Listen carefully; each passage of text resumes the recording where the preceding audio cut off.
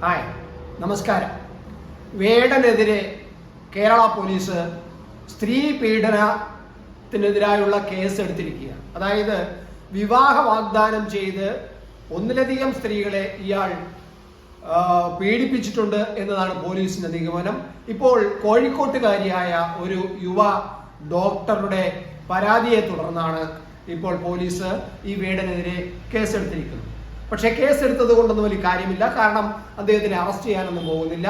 CPM-ത്തിന്റെ പല പ്രധാന നേതാക്കളും അദ്ദേഹത്തിന് അനുകൂലമായിട്ട് രംഗത്തിറങ്ങിയിട്ടുണ്ട്. പോലീസിന് ചില സമ്മർദ്ദങ്ങൾ, അറസ്റ്റ് ഉടനെ ചെയ്യരുതെന്ന് പറഞ്ഞിട്ടുണ്ട്. ഹൈക്കോടതിയിൽ അദ്ദേഹത്തിന് വേടന് അനുകൂലമായിട്ട് നീങ്ങാൻ വേണ്ടിയിട്ടുള്ള സൗകര്യങ്ങൾ ഉണ്ടാക്കാൻ CPM എല്ലാ സൗകര്യങ്ങളും ചെയ്തു കൊടുക്കുന്നു എന്നാണ് കേൾക്കുന്നത്. ഇതേക്കുറിച്ചാണ് ഞാൻ കൂടുതൽ പറയാൻ പോകുന്നത്. തുടർന്ന് കേൾക്കുക.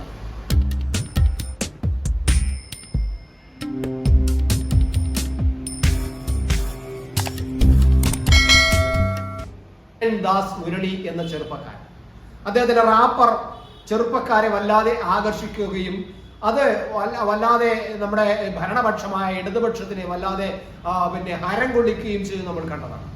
അദ്ദേഹം കൂടുതലും അദ്ദേഹത്തിന്റെ ഇതുണ്ടല്ലോ താഴ്ന്ന ജാതിയിൽപ്പെട്ട ആളായത് എന്നത് കൊണ്ടല്ല CPM എന്ന ഭരണകക്ഷി കൂടുതൽ അദ്ദേഹത്തിന് പിന്തുണ കൊടുക്കാൻ തുടങ്ങിയത്. മറ്റ് ചില ഉദ്ദേശങ്ങളാണ് അവർക്കുള്ളത്. അവർക്ക് ഒരു ബ്രാഹ്മണ മേധാവിത്വത്തിനെതിരെ ഇയാൾ സംസാരിക്കുന്നു എന്നൊക്കെയാണ് CPM കരുതി വെച്ചിരിക്കുന്നത്.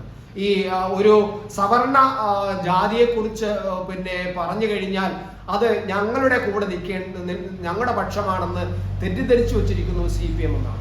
അതായത് അതെന്തോ വേറൊരു രാഷ്ട്രീയ പാർട്ടിയുടെ എതിരായിട്ടുള്ളതാണ്. ഞങ്ങൾ എതിർക്കുന്ന പൊളിറ്റിക്കലായിട്ട് എതിർക്കുന്ന രാഷ്ട്രീയ പാർട്ടിയെ എതിർക്കുന്നതിന് പകരമാണ് ഈ സവർണ മേധാവിത്വത്തിനെ എതിർക്കുന്നത് എന്ന ഒരു തെറ്റിദ്ധാരണ CPM നേതാക്കൾ ഉണ്ട് എന്നാണ്. കാരണം EMS നമ്പൂതിരിപ്പാട് എന്ന് പറയുന്ന ഒരു നേതാവ് നയിച്ച പാർട്ടിക്കാണ് ഈ ഒരു തെറ്റിദ്ധാരണ ഉണ്ടായിരിക്കുന്നത് എന്നത് നമ്മൾ കാണുമ്പോൾ ആ പാർട്ടിയുടെ ചിന്താഗതി എത്രമാത്രം പുറകോട്ട് പോയി എന്നാണ്. ഞാനിപ്പോ എന്തായാലും CPM-നെ കുറ്റപ്പെടുത്താനോ CPM-ന്റെ കാര്യങ്ങൾ പറയാനല്ല വന്നത്.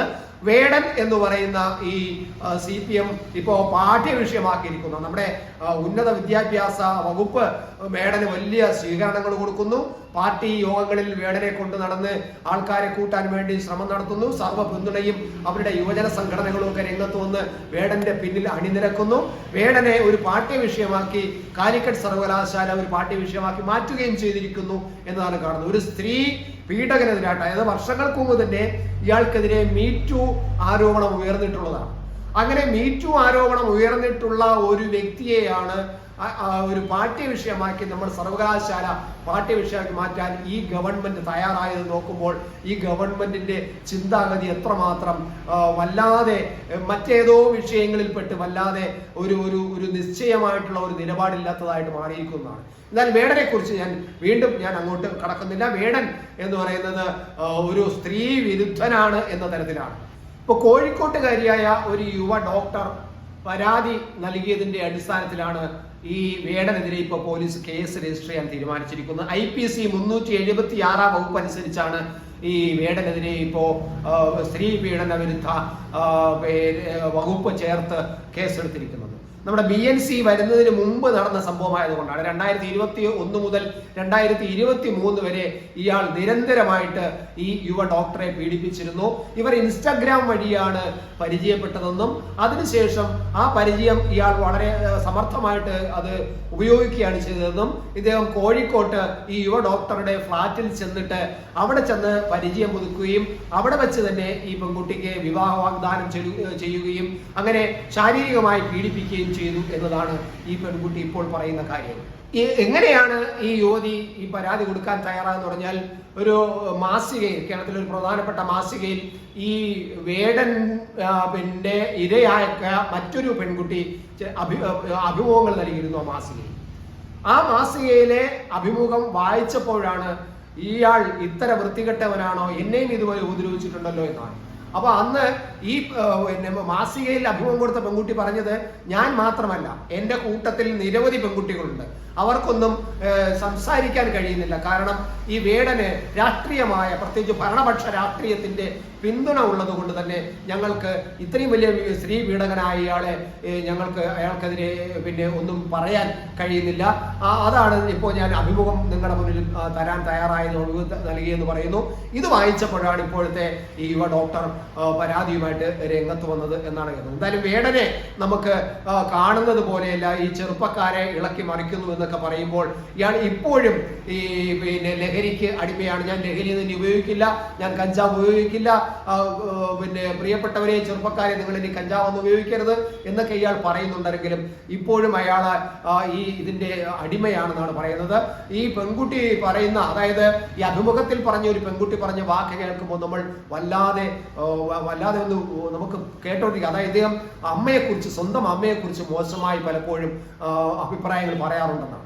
അപ്പോൾ ഈ പെൺകുട്ടികൾ അവരൊരു സ്ത്രീയാണല്ലോ, അതുകൊണ്ട് തന്നെ പ്രത്യേകിച്ച് അമ്മമാരെ കുറിച്ച് പിന്നെ അനാവശ്യം പറയുമ്പോൾ അവർ കേട്ടിരിക്കാൻ കഴിയില്ല, എത്ര സുഹൃത്തായിരുന്നാൽ പോലും. അങ്ങനെ ഈ പെൺകുട്ടികൾ അതിനെതിരെ സംസാരിക്കുമായിരുന്നു. നിങ്ങൾ ആവശ്യമില്ലാതെ അമ്മയെക്കുറിച്ച് മോശം അഭിപ്രായങ്ങൾ പറയരുത്, സ്വന്തം അമ്മയല്ലേ, സ്വന്തം അമ്മയെക്കുറിച്ചാണോ ഇങ്ങനെ പറയുന്നത്, അവർക്ക് അവരുടേതായ ചില വശങ്ങളുണ്ട്, അവരുടേതായ ഒരു ജീവിത കാലഘട്ടം ഉണ്ടായിരുന്നു, അത് നിങ്ങൾ മനസ്സിലാക്കാത്തതാണ് എന്നൊക്കെ പറഞ്ഞ് പെൺകുട്ടികൾ അമ്മയെ പിന്നെ അനുകൂലിച്ചുകൊണ്ട് സംസാരിക്കുമ്പോൾ ഇയാൾ വല്ലാതെ പിന്നെ പ്രകോപിതനാകുന്നതാണ്, വല്ലാതെ ദേഷ്യപ്പെടുമെന്നാണ് ഈ പെൺകുട്ടി ഈ അഭിമുഖത്തിൽ പറയുന്നത്. വല്ലാതെ ദേഷ്യപ്പെടുകയും അതിന്റെ കലി തീർക്കുന്നത് പിന്നെ ശാരീരിക പീഡനം നടത്തിക്കൊണ്ടാണ്. അപ്പൊ ഈ പെൺകുട്ടികൾ ഒരുപക്ഷെ ശാരീരികമായിട്ട് തയ്യാറാവാത്ത ഒരു പീരീഡ് സമയമാണെങ്കിൽ പോലും അതൊന്നും വകവയ്ക്കാതെ, അങ്ങനെയാണെന്ന് പറഞ്ഞാൽ പോലും കേൾക്കാതെ പിന്നെ ബലം പ്രയോഗിച്ച് വളരെ ശക്തമായിട്ട് തന്നെ പീഡനം നടത്തുകയും എഴിച്ചു നടക്കാൻ പറ്റാത്ത തരത്തിൽ നമ്മളെ ഉപദ്രവിക്കുകയും ചെയ്യുമായിരുന്നു. ഒരു പെൺകുട്ടി പറയുന്നത്, ഒരു പെൺകുട്ടിയാണ് പറഞ്ഞത്, എനിക്ക് പിന്നെ എഴിച്ച് നടക്കാൻ കഴിയില്ല, 2-3 ദിവസത്തേക്ക് എനിക്ക് നേരെ നടക്കാൻ കഴിയില്ല. അത്തരത്തിൽ അയാൾ ഈ ലഹരിക്ക് അടിമപ്പെട്ട് വല്ലാത്ത ഒരു വികൃതമായ രീതിയിൽ അദ്ദേഹം ലൈംഗിക വേഴ്ച നടത്തിയിരുന്നത് എന്നൊക്കെ ഈ പെൺകുട്ടി ഒരു മാസികയിൽ പറയുമ്പോൾ നമ്മൾ ആലോചിക്കുക, ഈ ഒരു പിന്നെ ദുഷിച്ച വ്യക്തിയാണല്ലോ നമ്മുടെ ഗവൺമെന്റ് പാഠ്യവിഷയമാക്കി, സർവകലാശാലയ്ക്ക് പാഠ്യവിഷയമാക്കിയതെന്ന് ഓർക്കുമ്പോൾ നമ്മുടെ ഉന്നത വിദ്യാഭ്യാസ മേഖല, ആ സിസ്റ്റം തന്നെ എന്തുമാത്രം നശിച്ചിരിക്കുന്നു, തകർന്നിരിക്കുന്നു എന്ന് കാണേണ്ടത്. എന്തായാലും വേടനെ പിന്നെ അറസ്റ്റ് ചെയ്യില്ല എന്നത് ഉറപ്പാണ്. ഹൈക്കോടതിയിൽ അദ്ദേഹം മുൻകൂർ ജാമ്യ അപേക്ഷ നൽകാൻ തീരുമാനിച്ചിട്ടുണ്ട്. അതിനുള്ള എല്ലാ സൗകര്യങ്ങളും പിന്നെ ഇപ്പോഴത്തെ ഭരണപക്ഷ പിന്നെ പ്രവർത്തകരും സർക്കാരിന്റെ ഭാഗത്തു നിന്നും പോലീസിന്റെ ഭാഗത്തു നിന്നും ഉണ്ടാകും. പക്ഷേ കേസ് എടുത്തിരിക്കുന്നു എന്നത് മറ്റൊരു കാര്യം. എന്നാലും നമുക്ക് കാണാം ഈ കേസ് എങ്ങോട്ടാണ് പോകുന്നത്. പോലീസ് ഇയാളെ ഈ കേസിന്റെ ബലത്തിൽ അറസ്റ്റ് ചെയ്യുകയാണെങ്കിൽ, കോടതി ഇയാളെ റിമാൻഡ് ചെയ്യുകയാണെങ്കിൽ ഒരേ ഒരു കാര്യം മാത്രമാണ് റിക്വസ്റ്റ് ആയിട്ട് ഈ ഗവൺമെന്റിനോട് പറയാനുള്ളത്. കാലിക്കറ്റ് സർവകലാശാലയിൽ നിങ്ങൾ പാഠ്യവിഷയമാക്കിയ ആ സമ്പ്രദായം അങ്ങ് റദ്ദാക്കി കളയണം. അല്ലെങ്കിൽ കേരള ജനതയുടെ മുഖത്ത് നോക്കി നിങ്ങൾ ഈ പിന്നെ സ്ത്രീ ശാക്തീകരണത്തിന് വേണ്ടിയിട്ട് വനിതാ മതിലൊക്കെ നിർമ്മിച്ച നിങ്ങൾക്ക് കേരള ജനതയുടെ മുന്നിൽ നിങ്ങൾ പിന്നെ പല്ലിളിച്ച് കാണിക്കുന്ന, അല്ലെങ്കിൽ നിങ്ങളുടെ ഇരട്ടത്താപ്പ് വ്യക്തമായിട്ട് മനസ്സിലാവുന്ന അവസ്ഥയായിരിക്കും, അതായിരിക്കും സംഭവിക്കാൻ പോകുന്നത്. അതുകൊണ്ട് തെറ്റുതിരുത്തിയിട്ട് കാര്യങ്ങൾ മനസ്സിലായിക്കൊണ്ട് ഈ പൊതുവിദ്യാഭ്യാസ, അതായത് നമ്മുടെ പിന്നെ ഉന്നത വിദ്യാഭ്യാസ മേഖല ഇയാളെ പാഠ്യവിഷയമാക്കിയത് റദ്ദാക്കാൻ കോടതി ഇയാളെ റിമാൻഡ് ചെയ്യുകയാണെങ്കിൽ പോലും, അറസ്റ്റ് ചെയ്ത് കേസെടുത്താൽ പോലും ചെയ്യേണ്ടതാണ്, പക്ഷേ ചെയ്യില്ല. ഈ ഗവൺമെന്റ് അങ്ങനെയാണല്ലോ. അപ്പോൾ ഇനി കോടതിയിൽ വരികയും കോടതി ഇയാളെ റിമാൻഡും ചെയ്താൽ അത് ചെയ്യണം എന്ന് മാത്രമാണ് പറയാനുള്ളത്.